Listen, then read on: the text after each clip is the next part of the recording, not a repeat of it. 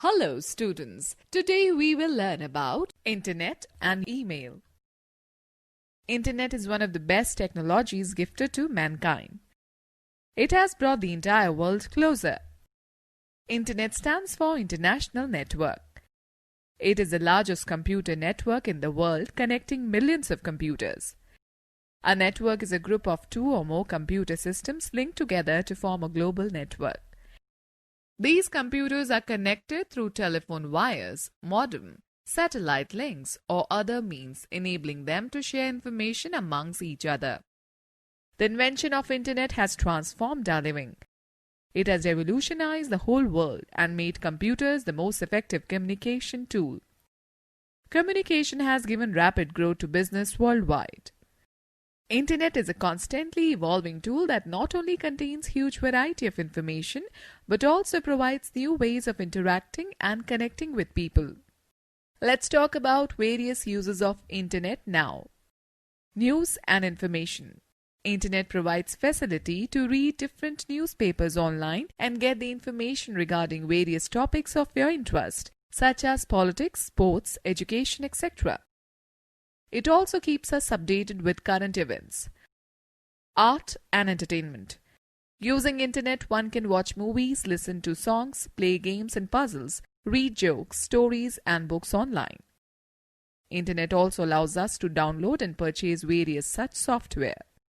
Online shopping. We can purchase various items like books, clothes, electronic goods, etc. from different e-shops around the world without actually going there. Mailing letters. Electronic mail is the most popular feature of the Internet. It allows us to send and receive messages in real time. We can also attach pictures, videos and sounds to an email. Health and fitness. With Internet, one can find information on health and fitness. One can also search for remedies and precautions for different diseases. Tourism and travel. Internet provides facility for online booking of hotels, railway tickets, air tickets, etc. all over the world and round the clock. Chatting. This feature allows us to exchange text messages instantly with another person on the Internet. Banking operations.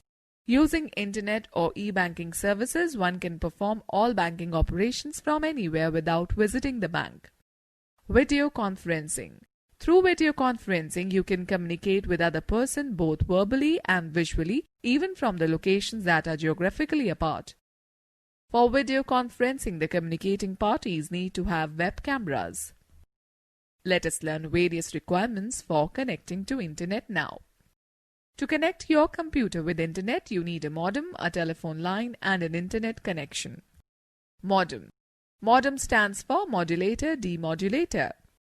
It is a device that allows a computer to send or receive information through telephone lines by converting digital data into an analog signal used on telephone lines. Modulator converts digital information of a computer to analog mode at transmitting end, and demodulator further converts back the analog signals to digital at receiving end. Modems can be classified as: internal modem is a device that is already installed in the computer. It is in the form of a card that is inserted into one of the slots on the main board. External modem is a modem that is installed outside the CPU. It is in the form of a box that is normally connected to USB port of a computer. This type of modem has indicator lights that display the status of modem. The speed of a modem is measured in BPS and kbps, kilobits per second.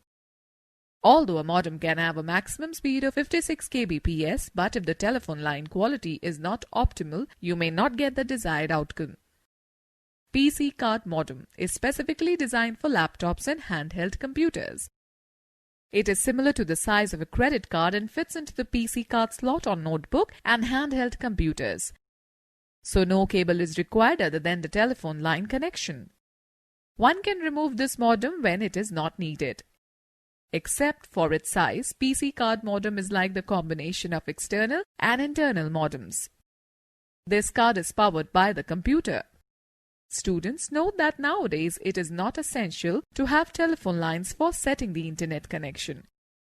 It can be replaced by a wireless router, which is connected to the modem. The wireless router allows you to connect your internet connection with any wireless device such as a laptop, smartphone or iPad within home network. It takes the information from the modem and delivers it to your computer. Let me share a fact with you. USB, Universal Serial Bus Port, is a small rectangular port on the CPU used to attach all kinds of devices such as mouse, keyboard, printer, digital camera, modem, etc. to the computer. It can be used to transfer data and can also act as power supply for devices such as phones, cameras connected to it. Telephone line. A telephone line is a medium that is used to connect the computer to an internet service provider, ISP. Internet connection. An internet connection is a service provided by an internet service provider, ISP, in exchange of a fee. You will not be able to access internet unless you subscribe for a connection with an ISP. Some of the most popular ISPs are BSNL, Airtel, Idea Cellular, Reliance, Sifi, Vodafone. Let us learn about various types of internet connection now. Several types of internet connections exist that enable us to connect to the internet. Dial-up connection. Dial-up connection requires users to link their phone line to a computer in order to access the internet. This particular type of connection does not allow users to make or receive phone calls through their home phone service while using the internet. It is a slow connection. Broadband connection.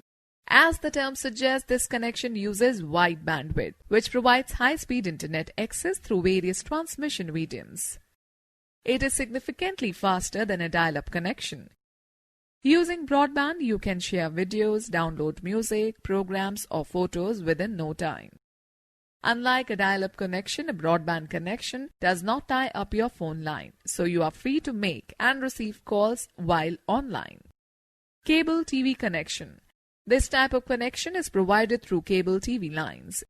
It uses a cable modem which provides extremely fast access to the internet. Satellite. In areas where broadband facility is not yet available, satellite connections are used. This requires a satellite dish to be installed in order to connect to the satellite. DSL, Digital Subscriber Line. A DSL uses two-wire copper telephone line. It allows you to make calls even when you are connected to the internet. It is a form of broadband connection where you are required to pay a monthly fee to an ISP for accessing the internet. Wireless. Wireless connection makes use of radio frequency to connect to the internet and offers great speed. It can be accessed from any location that comes under the network coverage area. It requires a Wi-Fi modem to be connected to your computer. Mobile Internet. Mobile Internet allows a user to access Internet over a smartphone using the network provided by the phone service provider. This technology provides high-speed wireless Internet access. The speed generally varies between 2G, 3G and 4G. Hotspots.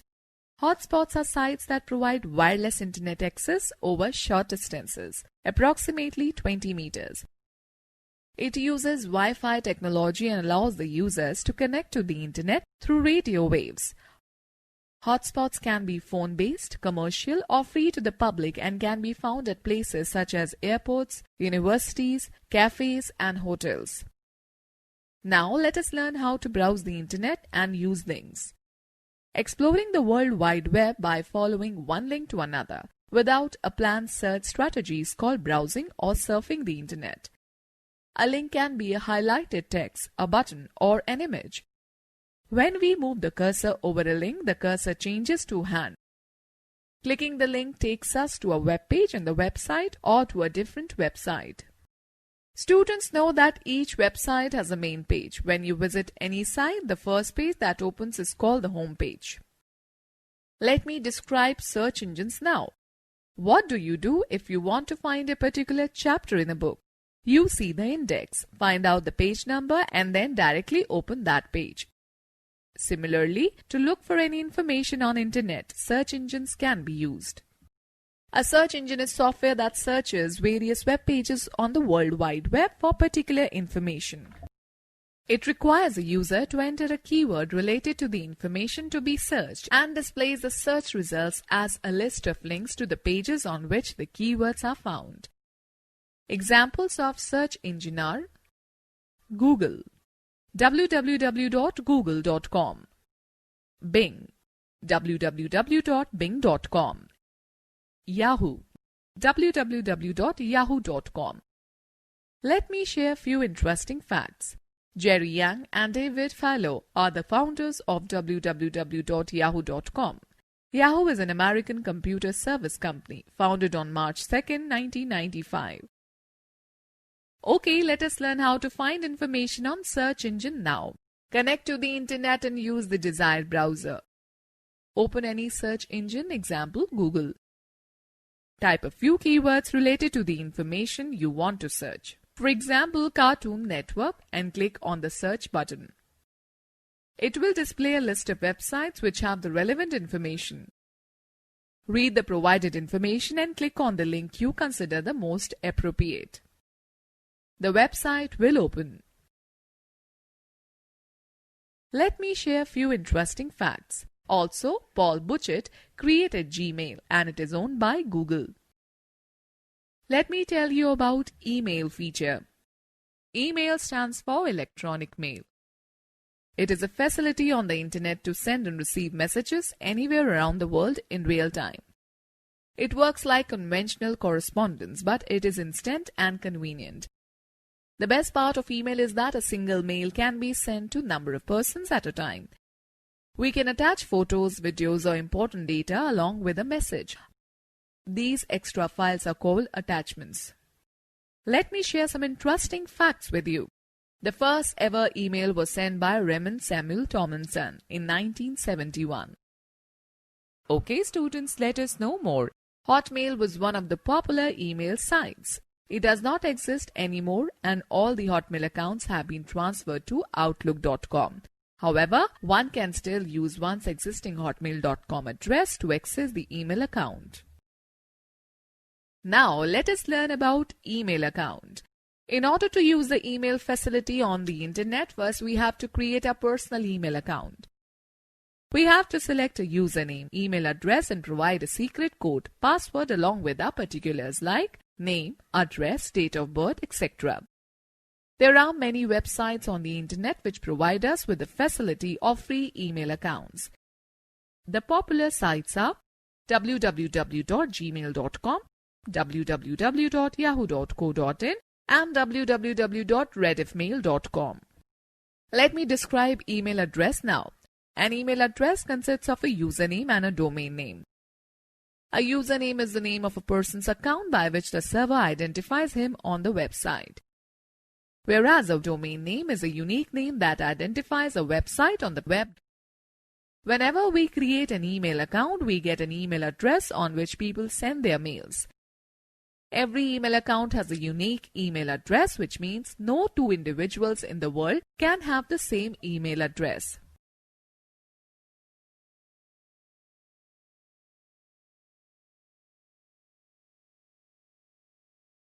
Now let us learn create an email account. Let us understand how to create an email account and get your email address. Connect to the internet. Open the website www.gmail.com. Click on the Create Account link and proceed to the next page. A registration form will appear. Fill the registration form, choose a login name and password.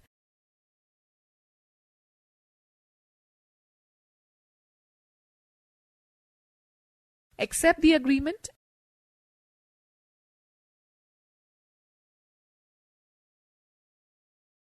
An email account gets created if all the entries have been filled properly. Okay students, let us know more. The strong password consists of at least 8 characters that are a combination of letters in both uppercase and lowercase, numbers and special symbols as allowed. After creating an email account, it can be used to send and receive emails. To use the email account, one must log in with a username and password. The login or sign-in system of different mail accounts may differ, but they all have the identical features. Inbox. It displays information about all the received mails. Each message header displays the sender name, subject line, time and date when the mail is received, and sometimes the size of the message too. To read any mail, click on it. The mail will be displayed in a new window. Compose or write mail.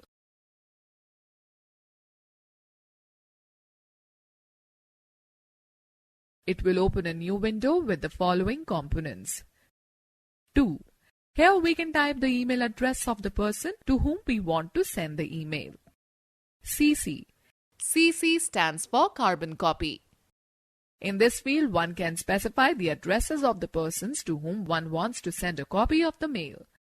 The email addresses mentioned in this field are visible to all the recipients of the mail. BCC. BCC stands for blind carbon copy. It is also used to send copy of the mail to several people, but the email addresses mentioned in this field are not visible to the recipients of the mail. Subject. It is a brief description of the mail which gives to the recipients an idea about the message. Message. You can type message just like a normal letter with greetings, one or more paragraphs, and your name at the bottom. You can also format the text using the available features. Okay, let me quickly tell you how to send an email. After composing an email, click on the Send button. The mail will be sent to its recipients. Let us learn how to attach a file now. Email provides a facility to attach files for high-speed delivery anywhere in the world. Attaching a file to an email is an easy way to send important documents or files, which can be photographs, videos, music, letters, or text. To attach a file to an email, follow these steps. Click on the Attach a File icon on the toolbar at the bottom of the Compose window. The Open dialog box will appear. Browse through your files and select the file you would like to attach.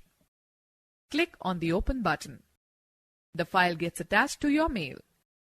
Now click on the Send button. Always remember, you cannot send executable files or messages larger than 25 MB as an attachment. Nowadays, Internet provides some emerging technologies that enable us to transfer files beyond 25 MB. Some of the most popular services are given below. WeTransfer. WeTransfer is a free online file transfer service that enables you to send files up to 2 GB from one system to another. Both the sender and the recipients are required to have an email address to transfer the file. The recipients receive the file through mail. Follow the given steps to transfer the file. Open the link www.wetransfer.com. Click on the Add Files button and select the files from the Open dialog box. Add the recipient's email address in the Friends email text box. Add your email address in your email text box. Type a message in the message text box if required. Click on the Transfer button. The recipients will receive a mail containing the files which can be easily downloaded. SendSpace. SendSpace is another file transfer service that helps us to share large files up to 300 MB free of cost. Though registration is not required, but as a registered user, you can avail its other features along with loading like tracking the files, editing the files, etc. Follow the given steps. Open the website www.sendspace.com. If you want to send a file, click on the Browse button. An open dialog box appears. Either select the file and click on Open button or drag and drop the desired file at the required place. Enter both the sender's and receiver's email address in the provided space and click on the Upload button. The file will be sent through email as a link which can be downloaded by the recipients. Now let us learn about replying and forwarding email. The reply option is displayed when we open any mail. It is used to reply to a received email. Click on the Reply button, type in the text, and then click on the Send button. The Forward option is used to send any received mail to other email addresses. Students note that when you receive an email with an attachment, your inbox summary line usually indicates this with a paperclip icon on the right. After opening the message, we can click on the attachments icon. Okay, let us learn about adding a signature to a mail. A signature is a bit of personalized text such as contact information or a favorite quote that is automatically inserted at the bottom of every email you send. To create a signature, follow these steps. Click on the settings icon in the upper right corner of the window and select the settings option. Locate the signature section and enter your signature text in the box next to the signature field. Click on the Save Changes tab. Now let us learn how to manage contacts. Okay, let us quickly learn about address book. Once we start using email, our contact list also grows gradually and it is beyond the capacity of a person to remember the email address of each contact. Fortunately, every email program provides an address book where we can store the email addresses. To add a contact, follow the steps. Click on the Google Apps icon present on the top right side of the window. From the drop-down menu, select Contacts. Contact Preview window appears. Click on the Add New Contact button present at the bottom right corner of this window. The Create Contact window will appear. Add contact information in the respective fields of this form and click on the Save button.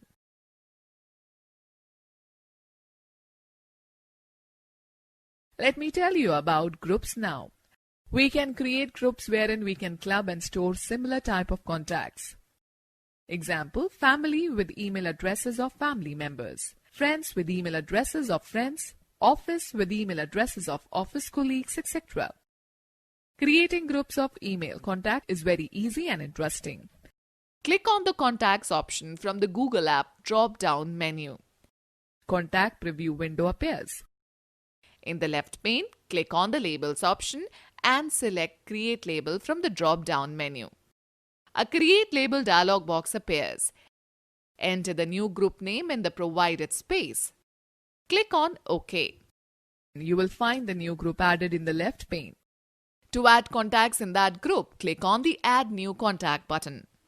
Once a group is formed, you can easily send mails and share documents in it with multiple people at the same time. Let me quickly tell you how to log out or sign out. Once you have finished reading or sending the emails, click on the Sign Out button. This option brings you out from your email account. It is a good practice and quite important to sign out of your email account from the security perspective. If you are always signed in, any miscreant can interfere with your account settings and can also send abusive messages to the members of your contact list in your name, thus misleading the recipients. This can land you in deep trouble. Okay students, let us take a recap of this chapter. Internet is the largest computer network in the world, connecting millions of computers. Links are the highlighted text, buttons or images in a website. Google, Bing and Yahoo are the commonly used search engines. Email is a facility on the internet to send and receive messages anywhere around the world in real time. WeTransfer is a free online file transfer service that enables you to send files up to 2 GB from one system to another.